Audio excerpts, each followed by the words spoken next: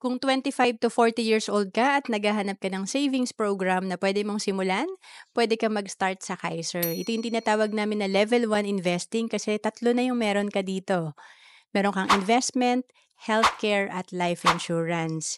And mag-sample tayo yung Plan K50 na ang annual payment mo nasa 29,411 lang.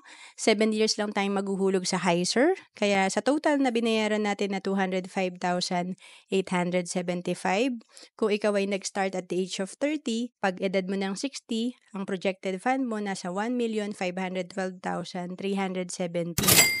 Pag edad mo ng 65, nasa 2.4 million. So again, ang Kaiser after 20 years, good as cash, pwede nating kunin.